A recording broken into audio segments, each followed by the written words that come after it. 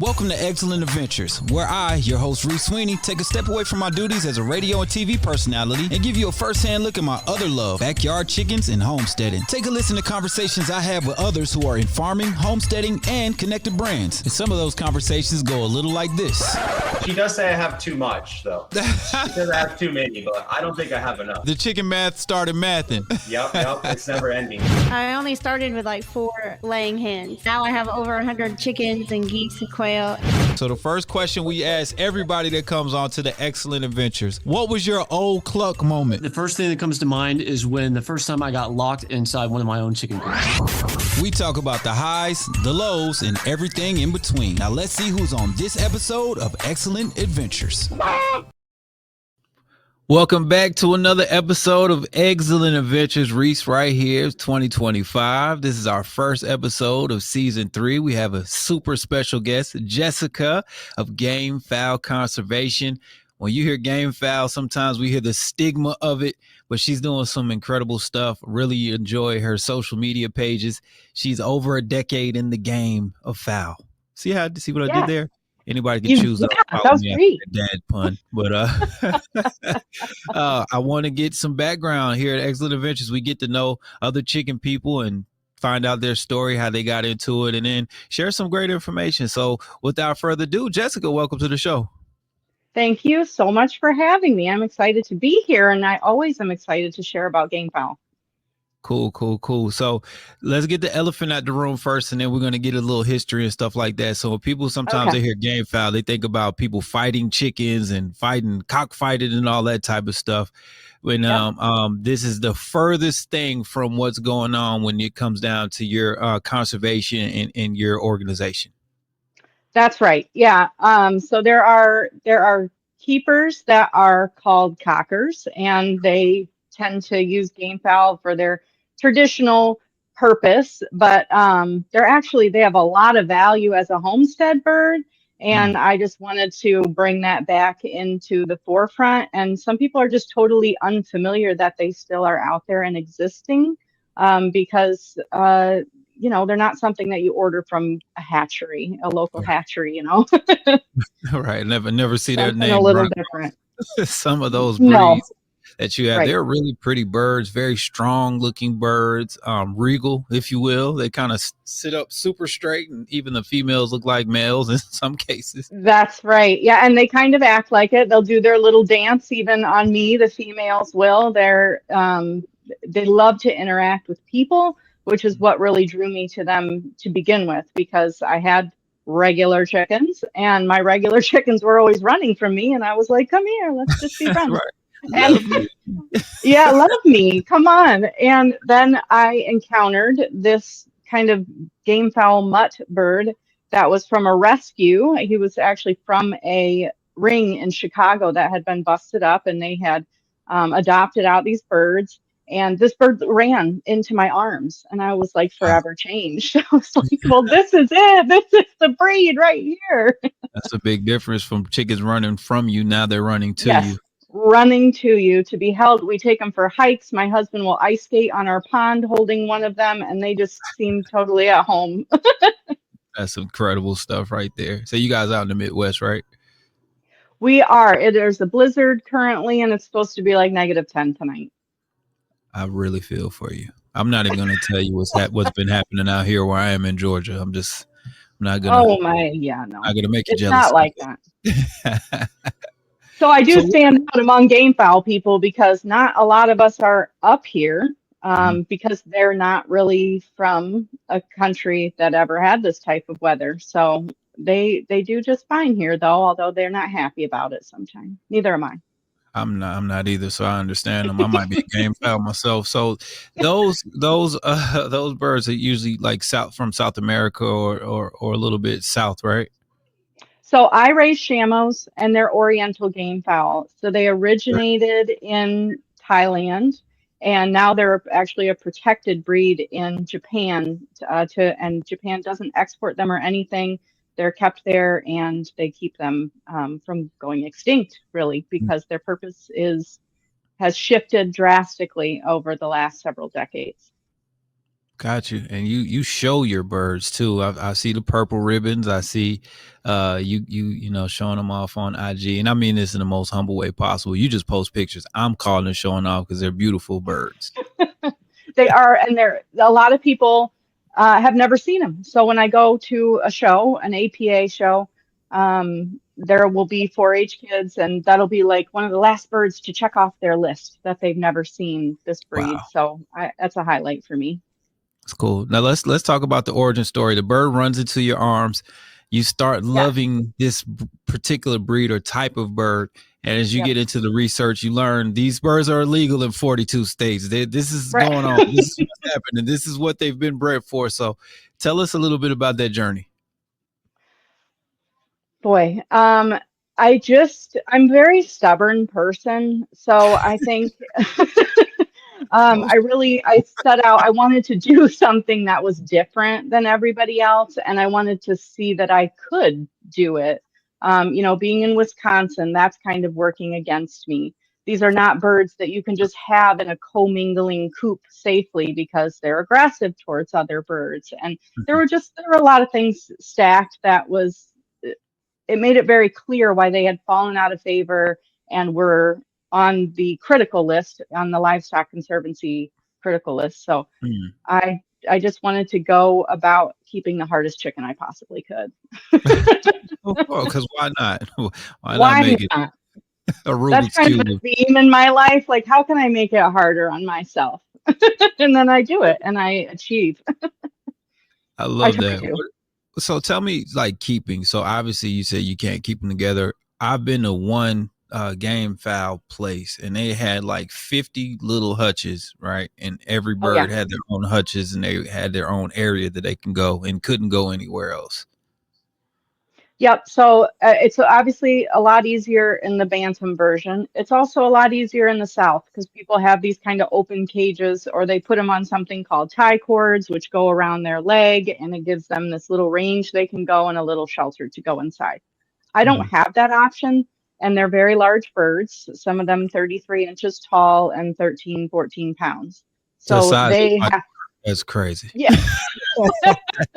I mean, they're big, and they'll try and eat out of your pocket if they see something sticking out there. So yeah, we had a pre-existing structure and built some breeding pens in there. And then another kind of tool of the trade is the drop pen, which is a really nifty thing for any chicken keeper to have on hand. And they fold up completely flat, and they take up about 4 foot by 4 foot square space. The top folds open, and you can just put them anywhere. So you can put your birds out on grass, move them around, get them nice little areas like that. So I utilize all of the traditional game fowl tools, just probably not for the same reasons they were designed for to begin with. Using the powers for good and not evil.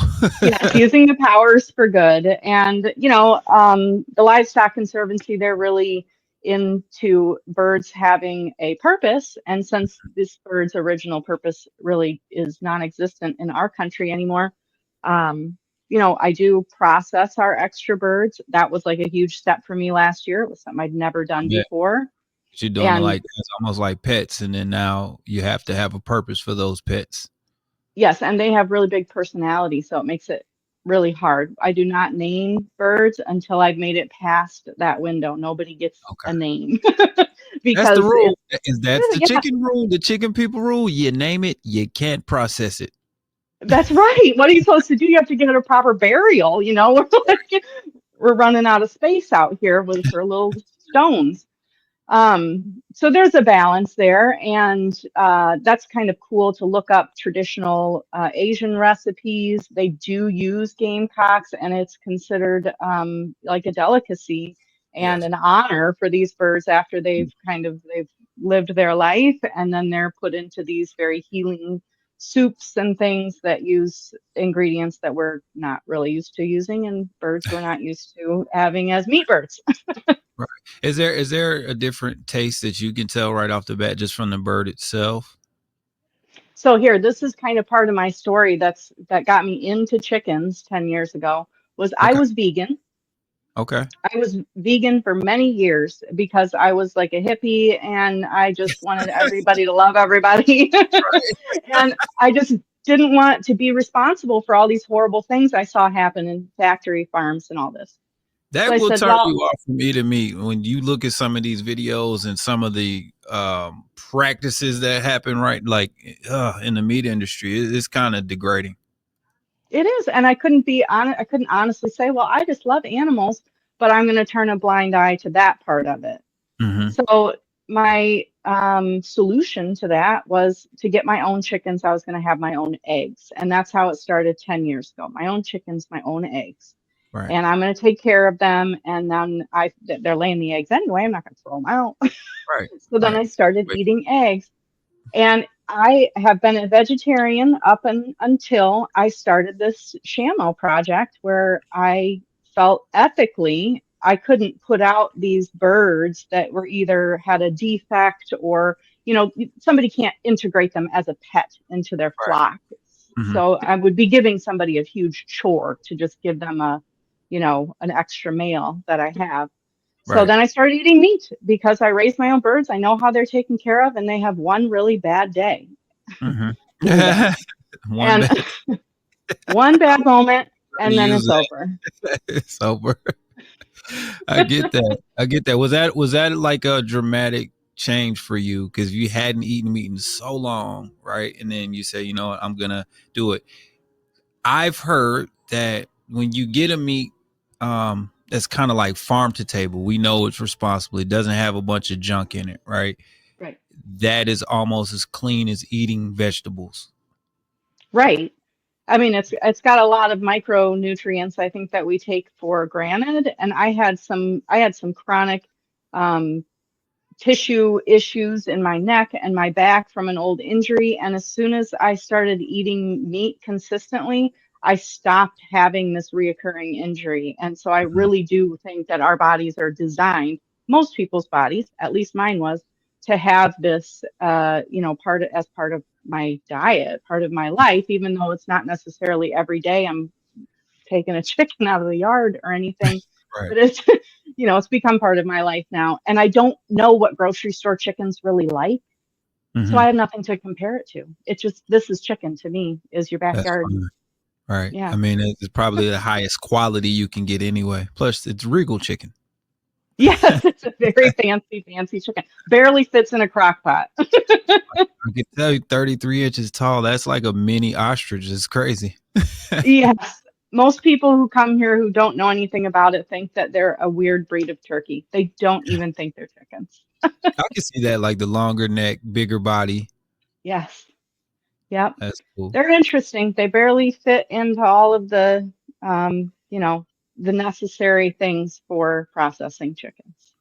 Got you. What's something that you tell people when they're getting one of these birds from you? Some of the tips or off things that they might just need to know. I think people need to be aware at how, like their drive to be aggressive towards other birds. It's not something that you can just raise them differently or expose them more. And an accident can be deadly. So it's really not something that you can just take a chance. Yeah. So once they reach a certain age, they will 100% go after another male chicken and they will make sure that that's their last day. It's unalived. That's I just, understand. it's unalived. It's And like so, breeding for years is like my Great Pyrenees. As soon as they see anything that looks like a coyote, it's on site. right, like these birds have been, they were part of dynasties. So they've been around for a hot second. Right. This is just always how they have been designed to behave. And there's something really incredible about it because, if a hawk flies over, they will run to the middle of the yard and they will crow like, let's go. They have no fear. So that part is really cool. And it makes them the way they are with people. It makes them super interactive. They just don't have that same run and hide thing that other chickens have.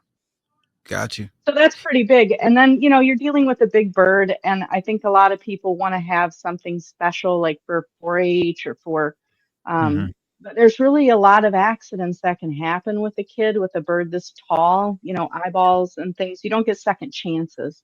Mhm. So I just hope that people don't get starry-eyed and they, understand that there's always a component of danger when you have a combat chicken, you know, with your little kid.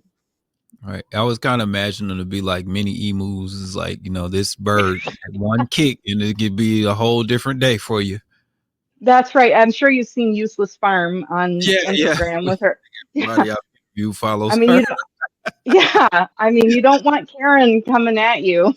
at all, at all.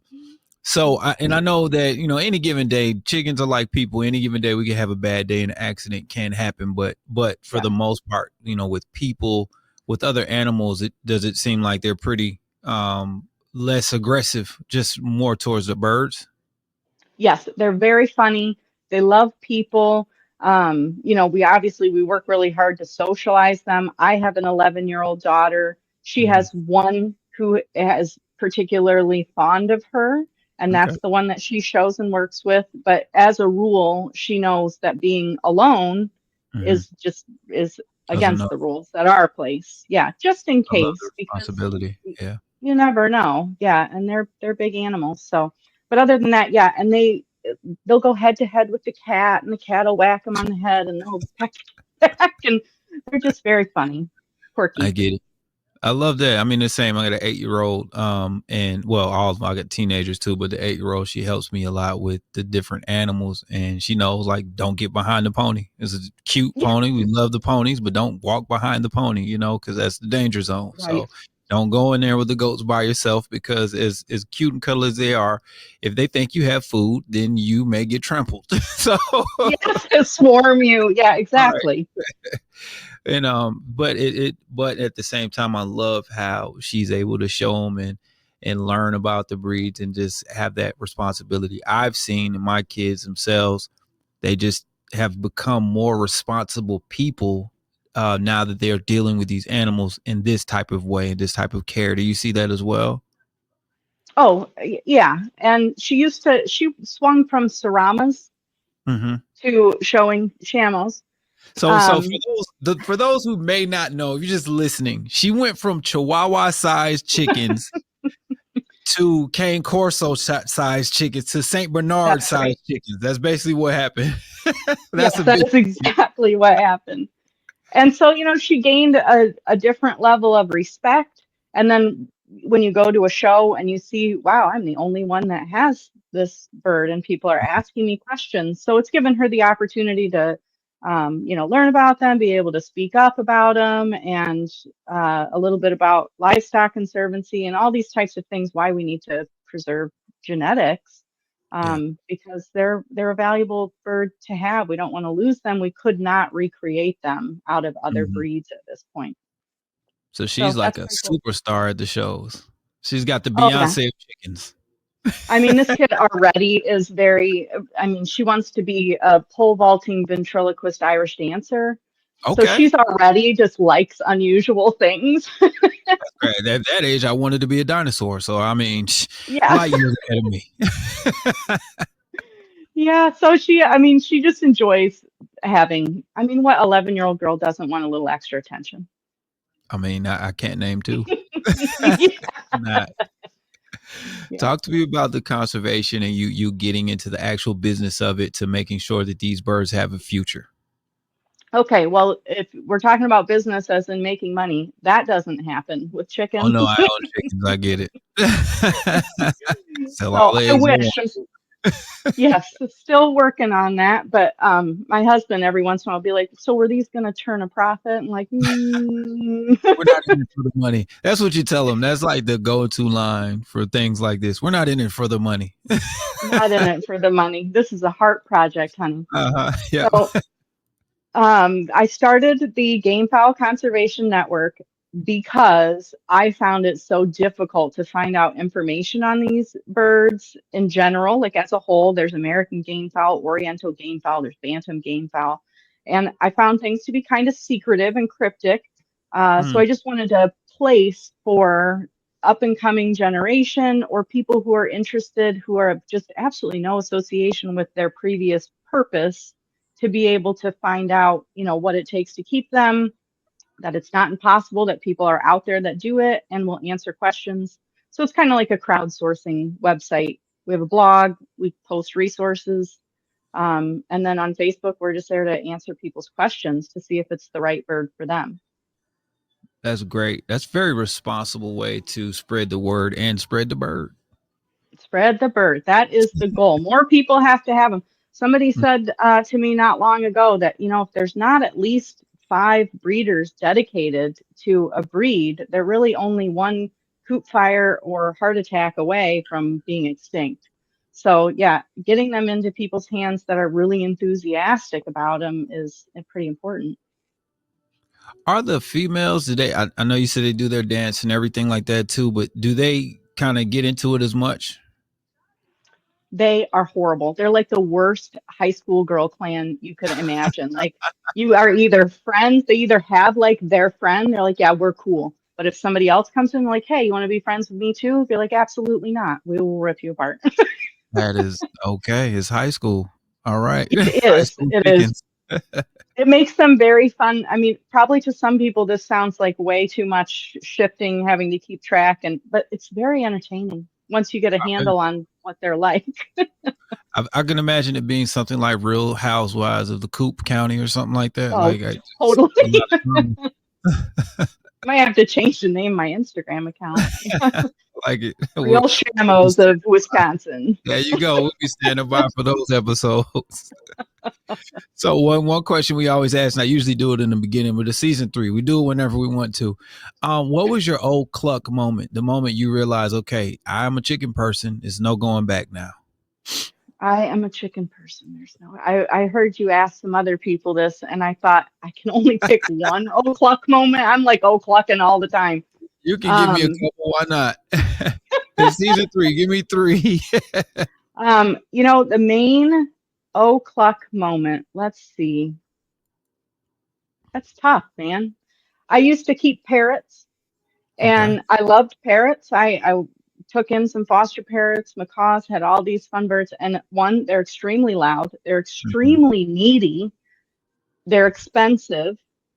And then I realized I could have birds of equal or greater size in a volume nobody seemed to really care about.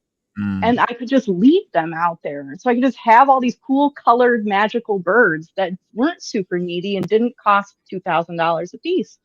That is an cluck moment. I like it. Cluck, I'm moving to chickens. I'm moving to chickens. Chicken math took off. Like, I can get all the colors. Nobody's judging me. They lay breakfast. This is great. It is. Usually people's chicken math kicks in the interim stages when they see different colored eggs. What was it for you? Was it the colors like you just mentioned? No, I don't have any colored eggers.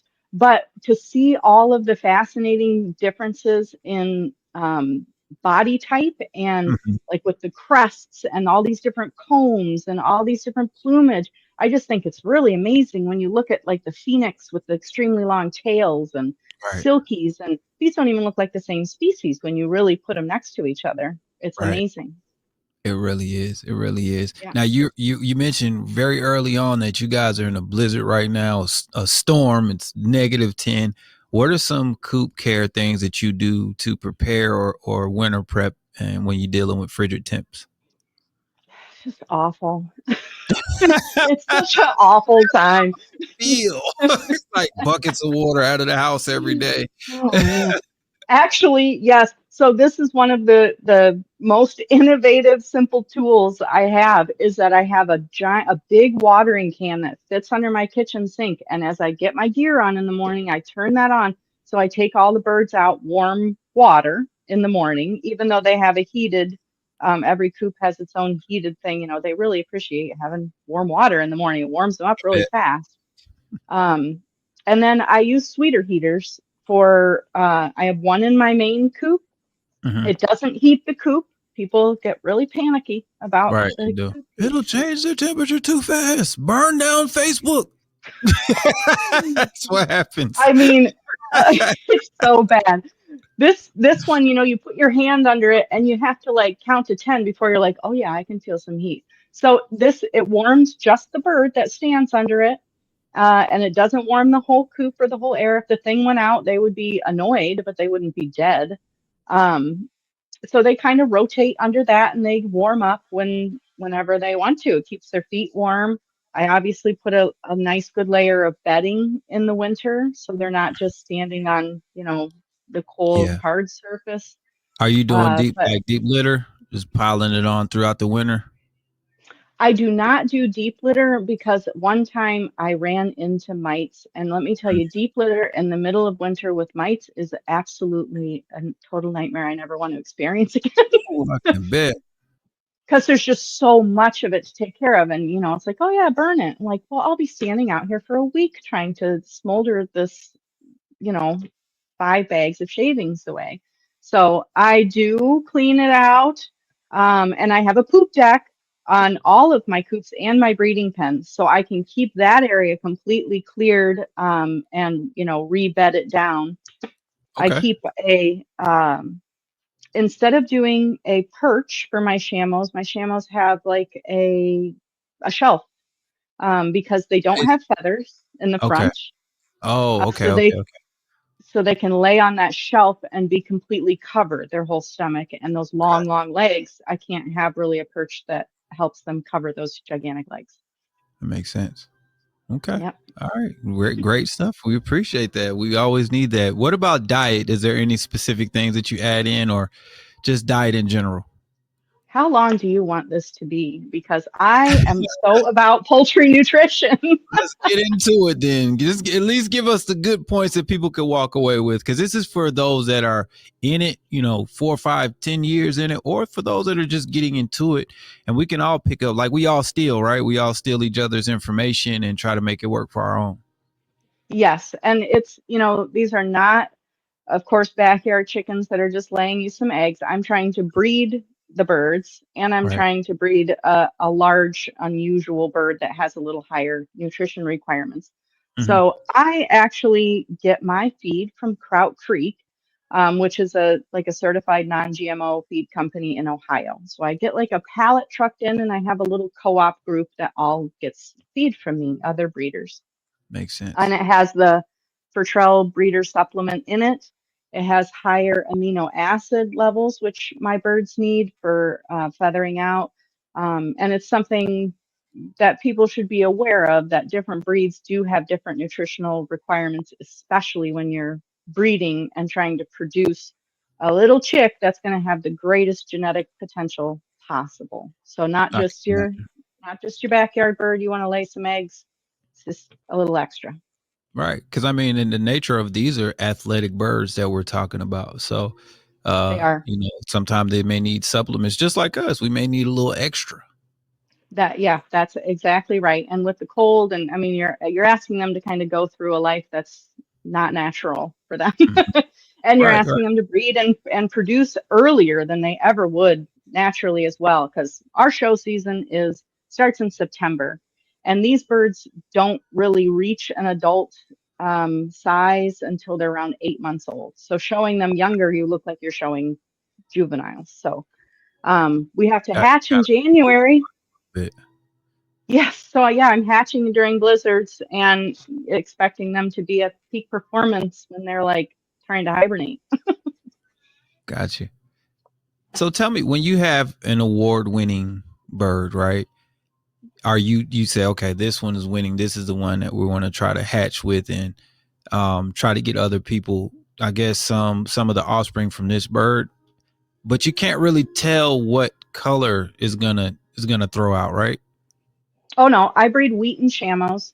So Okay. it is pretty specific with Orientals. You're gonna match your wheaten females and wheaten males look very different from each other, but they're only going to make that type of offspring. And Okay. there's only, a handful of approved colors, but there are a lot of colors out there, but you can only show and place with the APA with just a few different colors. Got you. Yeah, I learned that from when I talked to my silky friend. She was like, you can only show this color. We're trying to get this color approved, but it's not approved yet, but it's really cute.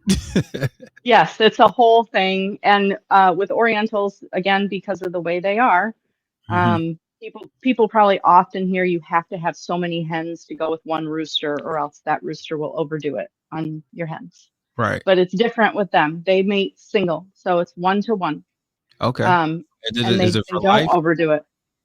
If they had it their way, probably, but Gotcha. but we can intervene, and I'll switch out hens at night. And of course, the boys are like, yeah, all right, that's fine. She's basically the same. And the girls are usually the ones who are like, no, that's not my man. And it takes them a Real little life. while to. Right. It's real life. Yep. Okay. I understand. It's not my man. That is not my guy. So the girls are running, and he's like, I don't see the problem here. You ever have to play like Luther Vandross again? I'm just kidding. Let me get back into I should try that. Are there any no-nos in nutrition that you state? I'm never giving my birds this. I'm never giving my birds this. I think that it's super important for people to read ingredient lists. And we take for granted that if it's a big company, or if it's available at TSC or wherever it may be available, any of the big stores, that it must be a good feed. Why would they have it? But it's important to know that if it says byproducts or meal right up there in those first main ingredients, Right. you're getting like the dregs. And I learned that from dog food. I was like, you might see corn as the first ingredient, when the first ingredient for a dog should be some kind of meat. Meat, right. So if your priority is to go cheap, keep your birds alive, and you're not expecting to have, birds that are vigorous for several years, then I guess feed cheap feed. But if you're eating the eggs, then you're just giving yourself a lower nutrient dense meal as well. Makes so So much I think that, that's important to see whole ingredients, to be able to understand what the ingredients are. There are bags of feed out there now that are feeding feathers to chickens. Yeah, I saw that. It's like they are allowed to grind up X amount of feathers as filler. And I'm like, that's crazy. Because you basically That's probably a good they idea. lay what they're eating. This is craziness. It's craziness. And then with other things going around, with AI going around, like, I don't really want my birds eating the feathers of any birds that are not on my own property. I prefer them not do that either. Right. Let's talk about biosecurity. What are some ways? Because you have some very expensive projects over there. Of course, none of us want our birds to get sick, but what's some of the ways that you're protecting your flock? That's just like a kind of an evolution for me, because you have to balance out being, I don't want to live in fear for my birds. Right. But I don't want to be stupid. And I'm going to shows. So automatically I'm taking a risk. Anytime I make that choice, I'm taking a risk. So I do quarantine my birds when I get back from shows. I make sure that I sanitize any shoes that were at shows. I don't just go waltz out into my coop. I take my clothes off, put them in a bag, all that type of stuff. But I don't go. I want people to see and experience these birds, or else I'm never going to be able to do what I set out to do and promote them. So yeah, it is a balance. I try and not be stupid, but I don't have any like major. Nobody has to put on a hazmat suit to come out and take a look at them. Right. No, that's some great practices. People on the outside of fences. Yeah. No, that's really, really great practices to only wear shoes. If I've been around other birds, I don't wear them around my birds. I have one pair of chicken boots for my yard, right? Well, now 2 pair for my yard. If I go to Tractor Supply, I'm not wearing that stuff out. Wherever I'm going that people may have other birds, I'm not wearing it around mine right now. And like you said, you quarantine when they get back and just take a lot of safety precautions. That's great information. Thank you. Yes. Yeah. And I think it's important people think long and hard before they take on a free bird or find birds on Facebook or any sort of adult bird. That is one of the biggest risks you can open up your flock to, is just taking on another bird. Even if their flock is healthy, they could be existing with some other type of parasite or something that could affect your flock that is not already there. So just taking time to decide if you really want to bring in outside birds is important. Great info. I appreciate that, Jessica. That was amazing stuff right there. You're giving us winter tips, you're giving us nutrition tips, biohazard tips, and an incredible story. We hope everybody can learn from this and get into the conservation side of things too with you, at least help spread what you're doing, because this is some good stuff. Yes, and the microgrant program, if anybody is interested in that, it opens up for 2025, and anybody working with a breed on the Livestock Conservancy's threatened, critical, endangered list can apply for it. It doesn't even have to just be chickens. People get microgrants for rabbits, goats, sheep, cows, all the things. And it's very straightforward. It doesn't cost anything to apply. It's a good experience. They have microgrants specifically for kids too. So definitely look into that. Microgrants. That's one of those USDA grants. I'm actually going to jump into that myself. Yeah, nice. Yeah, because we got a little animal rescue we're doing. So, well, what are you doing? So all of our animals, except for about 8 chickens, are rescues. The rabbits, the goats, the pigs, the ponies. I'm sure there's something else there I'm missing, but the dogs. you have a menagerie. Right. Chicken math. But all of them are rescues or rehomes coming from situations where they needed a better situation. Right. So outside of them, one goat who was just like a purchased pet, right? Everything else is a rescue. That's awesome. Well, then how do you handle your biosecurity? Same. I'm changing shoes. I'm changing clothes. I'm quarantining. If we get an animal in, it has to stay. So if we get a new chicken in, right, that needed a rehome, we got a beautiful rooster right now. He had to go in this, our little, we call it the West Wing. This is a rabbit hutch. And we put him in there, and he's in there for maybe a month up to 6 weeks just to make sure they're not like showing signs of anything. And then after that, it's a slow introduction, just like we would do when hatching chicks or something like that. But it's like that. Yeah. So we quarantine and try to keep everybody separate. We have quarantine pens for any animal coming in as well. And we just try to be as safe as possible without, like you said, living in fear. Because some of our animals go out on our Eggcellent Adventures showcases where we take them to schools and we're introducing kids to farm animals in the safest way possible. But they get excited and now they're interested in agriculture and farming, right? It's just like the gateway. Yes. But at the same time, we want to make sure that the health and safety of the animal is good, as well as the kids that we're introducing them to. Right. My daughter does the same thing. It's called Kaya's Bantam Bonanza. And she takes her little bantams to summer camps and introduces kids to chickens. And boy, I just never knew that non-farm kids would love to touch a chicken so much. They really do. They like light up like, that's a chicken, especially when we bring Silkies out. They're like, that's a chicken. It's got fur. Yeah. I love it. Well, that sounds really awesome too. And if rescue is what people are into, the game fowl come into rescues quite often because they get, they get confiscated from things, and they tend to be very friendly with people. So if people have the ability and want to dip their toes into what it's like to have one, that's the place to look. Humane societies get game fowl, and there's rescues specifically for game fowl, usually outside big cities. I love that. Is Wisconsin one of the states where they're banned? And if so, how do you get around that if you want to rescue these banned breeds? Nope, they're not banned. Just the activities are. Got you. Okay. All right. Good to know. Well, Jessica, we appreciate you for joining us. Can you tell everybody where to follow you at on social media? You can follow me at Keep Cluckin'. Keep Cluckin' on Instagram. I keep clucking on Facebook. But the Game Fowl Conservation Network is gamefowlconservation.org, or we are on Facebook there as well. All right. I love that. Thank you so much for joining us. This is episode 1 of season 3 of Eggcellent Adventures. We had a very special guest. So you guys follow her. She has some amazing stuff on her page. We can always learn, laugh, and love to see those birds. So thanks again. And good luck with your daughters with her projects too. Yes, the Bantam Bonanza coming to a city near you.